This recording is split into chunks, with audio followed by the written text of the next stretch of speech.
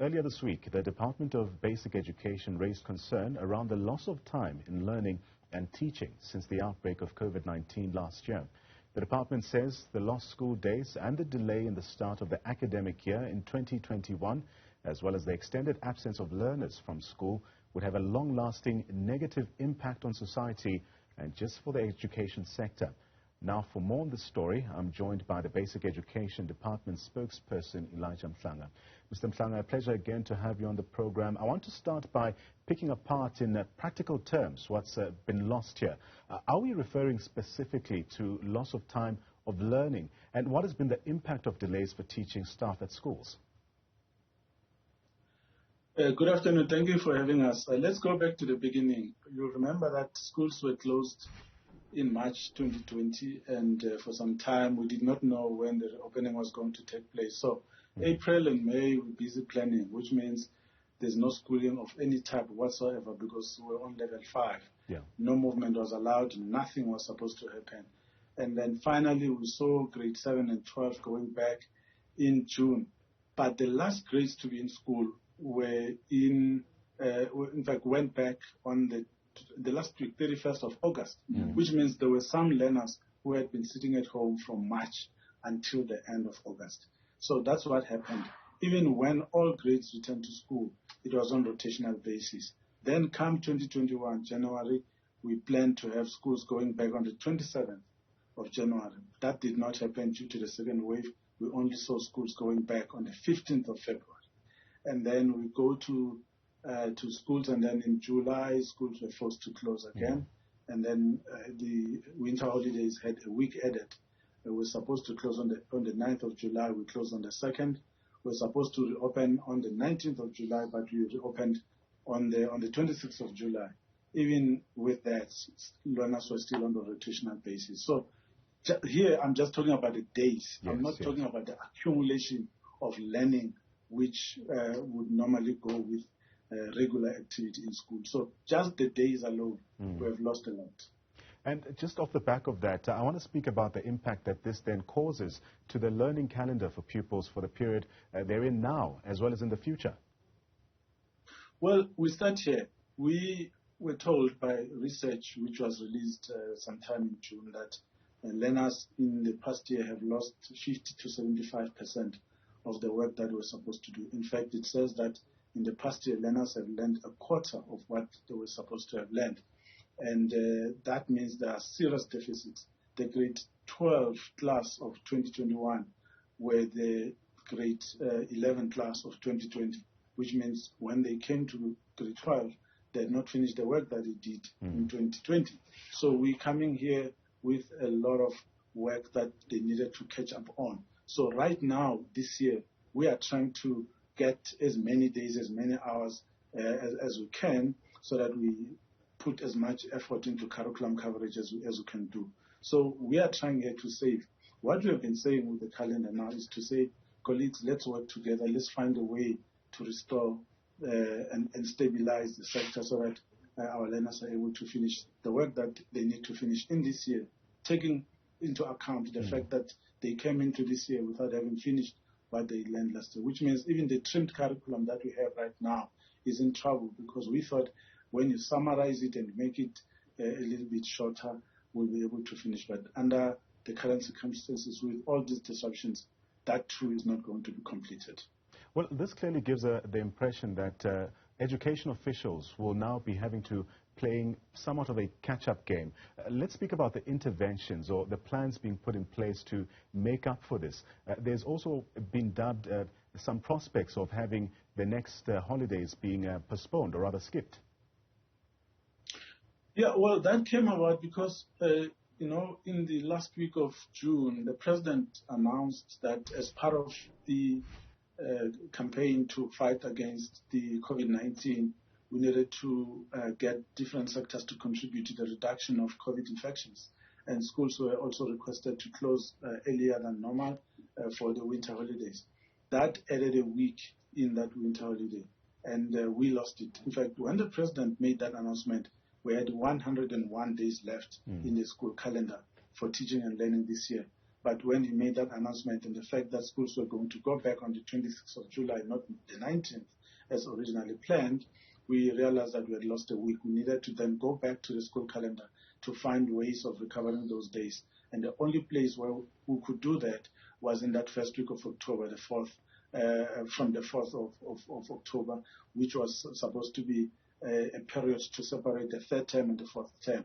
And we therefore thought that it would be ideal for the sector if we were to move in that direction.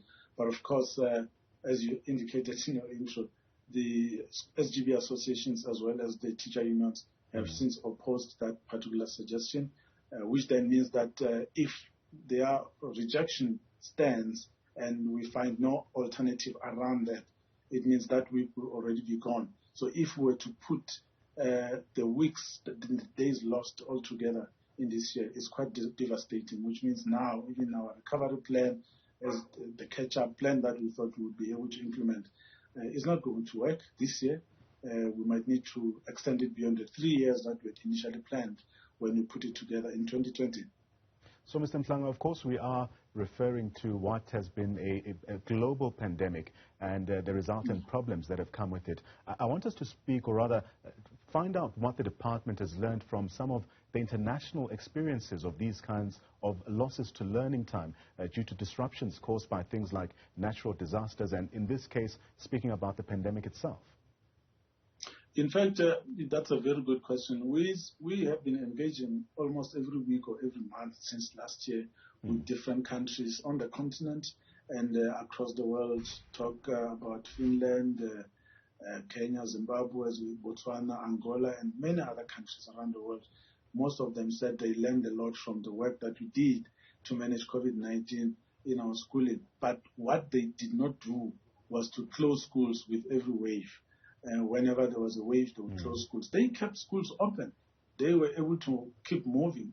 And because of that, they were able to keep some of the gains that they had made in terms of teaching and learning. So that is something that we believe we need to do as well, that whenever there's a wave, we protect schools, we keep them going, because schools are safe places, are protected places where everyone is forced to comply. And that strict adherence to the protocols helps because most people outside the school premises, no one checks on them if they are adhering or not. But when they're in school, we force everyone to adhere, which means even those people that have symptoms, might have the virus, and they don't know. When they come to school, because of the checks and balances that are there, they will be forced to expose their status, and we will know. Sometimes we help them too at the point of entry at the school when we check for their temperature. So that is what we are doing. We believe that schools are safe. Schools should be kept open. Schools provide a safe haven for learners, particularly when it comes to just the fact that it's a protected space where they're able to even enjoy their meals, which, by the way, they're not able to access when they're home for various reasons, but also they're able to learn, and we force them to comply.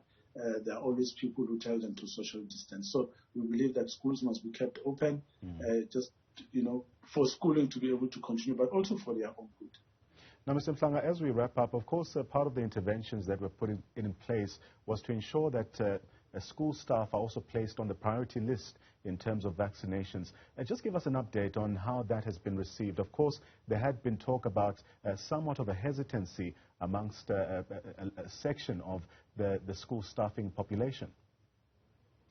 Yeah, another good question regarding the vaccination program, because that was another way of us trying to show that we are really serious about protecting schools and those that work in the schools. The minister did a good job of securing the attention of cabinet to actually give education that priority to get teachers vaccinated first ahead of everybody else.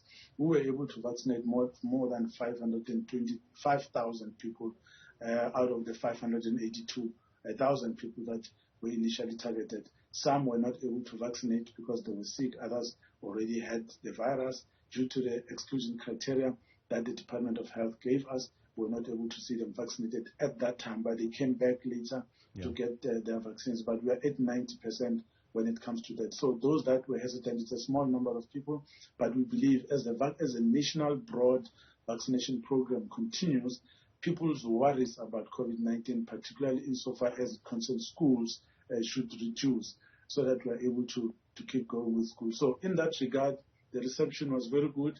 Most people still write to us even today to ask for help on where they can go to get vaccinated, and we appreciate that because it has helped somewhat to keep the majority of our schools open, and we hope that our teachers and learners will appreciate the fact that we need to try and do as much as we can together with all our stakeholders, teacher unions, STB associations, civil society, to work with us, support the department, support the sector, so that we're able to recover some of the time that we've lost. But along with vaccine hesitancy, there's also this phenomenon of COVID-19 fatigue, and learners and teachers have had to adjust to strict protocols during on-site school learning. Would you say that they've adapted quite well to what became known as this new normal? Well, to a large extent, yes, because out of the 24 or 25,000 schools that we have, the majority of them are fully operational. Because of the adherence to the safety measures that are there. So we believe that schools understand that we really need to be conscious all the time in terms of respecting and complying with all the health protocols. So that is assisting. But of course, there are instances where, like Western Cape and parts of KZN, where the virus seems to be increasing in terms of infections. And in those places, people are requested to report this, share the information about infections and possible cases with parents so that we're able to trace people, assist them, and make sure that everyone is in good health. And where there's a need to close a school, the Department of Health will assist in that regard so that we close the school. But it's in those parts where there are problems at the moment. But in many, many parts where we visit, it's schooling as normal under the current circumstances, where there's social distancing, there's rotational timetabling, and there are measures in place everywhere to make sure that there is sanitizing stations and that everyone is wearing their mask appropriately and properly all the time, and that at the entrances of all the schools, everyone gets checked and that their temperature is acceptable for them to be received into the school for the day's work. And speaking about that tracking and tracing, just in terms of the infection rate among school learners, I mean, there were concerns that were raised about a slight uptick in recent months of the number of infections, especially amongst learners. What have you noted in that regard as we close our conversation? Well, every time when schools reopen, we pick up these numbers. So it's nothing new that we've observed from the sector's point of view. It is simply that those young people already had the virus. It's just that they didn't know, because when you're there at home, there's no reason, especially if you don't have the symptoms, there's no reason for you to go get checked. No one in the home, I mean, in a normal household, you wouldn't find a thermometer for anyone to be checked, or you wouldn't find a sanitizer, because we believe we are all family. But once schools open, you are forced as a learner, as a young person, to go and mix with other young people. And those young people would have come into contact with their parents who go to work, go to shopping centers. Some of them even go to gatherings. And then you bring the virus to your colleagues and schoolmates in school, and then it gets exposed that you actually have. And those matters get reported. But it's not necessary that it's school which has the infections. People come with it to the school premises. But because in school we force people to wear their masks, and that we check their temperatures and social distance, it then becomes a regulated environment. We are able to pick up any cases, and then we are then able to deal with it in the right way in terms of the standard operating procedures that we have given to all our schools. Mr. Mhlanga, thank you very much for your time. That was the Department of Basic Education spokesperson, Elijah Mhlanga, just speaking to us there about the infection rate in schools and also the proposal to have the next school holidays skipped to resume with learning instead.